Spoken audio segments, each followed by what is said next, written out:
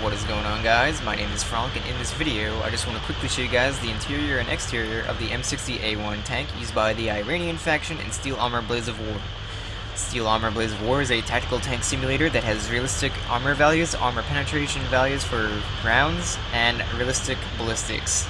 Very well simulated in all aspects, really. So, basically, as far as ballistics go, the slope of armor can be taken into an account as far as how a round can penetrate or not penetrate. It determines, if it will ricochet or not, and a bunch of other stuff. I don't want to get too much into it. Maybe I'll do that in another video, but yeah. So let's get into the actual look of this tank. The look of the tank can change from weather or different damage states. So shit could get blown off the tank from explosives, or rain can make it look wet. That's basically about it. I don't know about snow or mud or anything like that yet. Still getting into the game. So anyway, I am the tank commander turned out of the commander's turret, and this is my loader also turned out. Let's turn in. While turned out, actually, we can use binoculars. I guess I'll show you that real quick. We can use binoculars as the commander and look around.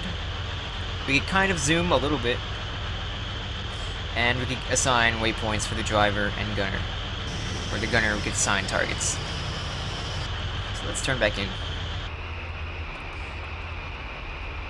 Right here we have our commander periscope. And with that we can also control the 12.7 machine gun, which is mainly meant for firing at air vehicles. And here we have a better scope for controlling that weapon the commander is in charge of. It shoots the 12.7 rounds, and you can adjust the fire rate of the machine gun. Also, the commander can manually control the tank turret from the gunner, as well as the fact that the commander also has a bunch of viewports around his turret. The commander has the highest position in the tank, and usually does in all tanks anyway, and so he has the best situational awareness of the tank and so on. So what we're going to do is we're going to come down here and look at our rangefinder. And I think the range is displayed right here. So let's look at that.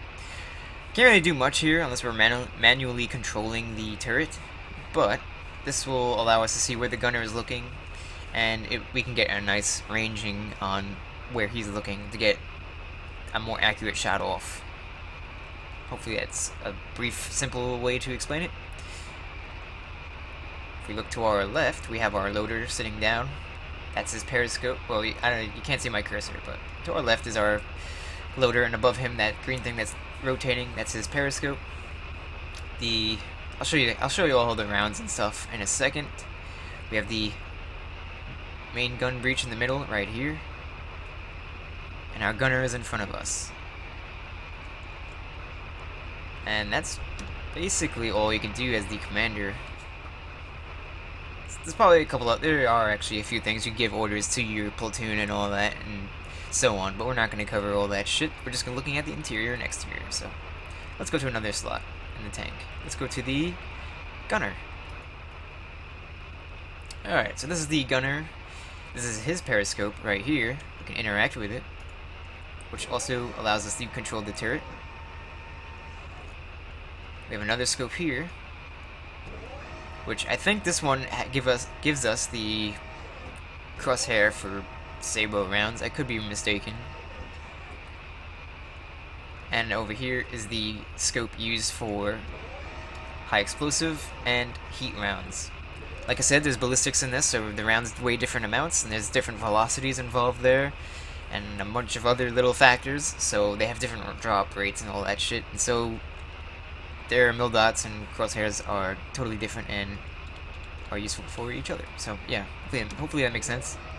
Actually, this is APDST, so maybe this is good for sabot as well. I'll have to look at that later. Anyway, oh yeah, one more thing. When you're looking through a scope that has a crosshair, you can usually press H to highlight the crosshair, and G will change the crosshair type. F will apply a filter, which I guess is for nullifying light sources, but I'm not actually positive about that. But yeah, to our left of the gunner here in the lower, we have the elevation quadrant, as well as a range table to the left of it. And yeah, so as like I said, you could rotate the turret, and everything is animated on the inside, which is really fucking cool. Alright, also looking up, the turret is animated. You can see all the hydraulics moving around, the belt of ammunition on the coax gun moving around as well. And also firing, but we do not have a round loaded, so I'm going to tell my loader to load high explosive. Get the fuck back in the tank and load that shit. Alright, here comes the high explosive, and I'm going to fire it off. See the shell eject, and he loads another one.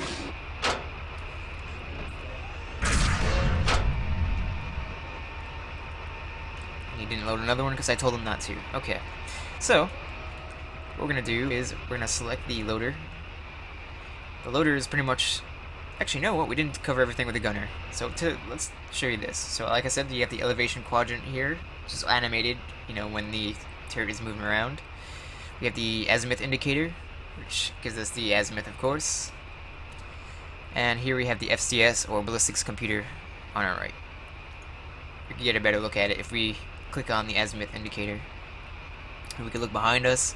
There's a phone behind us that the commander has, but you cannot use it. I guess it's for talking to infantry on the outside of the tank, or for calling in artillery fire missions. And that's pretty much it. If it's nighttime, you could use thermal or night vision, but right now it's not nighttime, obviously. So let's go back to our loader.